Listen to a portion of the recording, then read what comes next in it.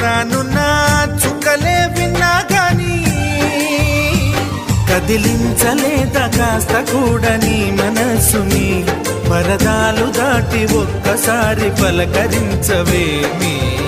అందరినీ ఇలా వెంటపడి అడగాల సరదాగా నువ్వే ఎదురైతే సరిపోదా నిద్రపోతున్న రాత్రి నడిగా గుటికి చేరిన గువ్వల నడిగా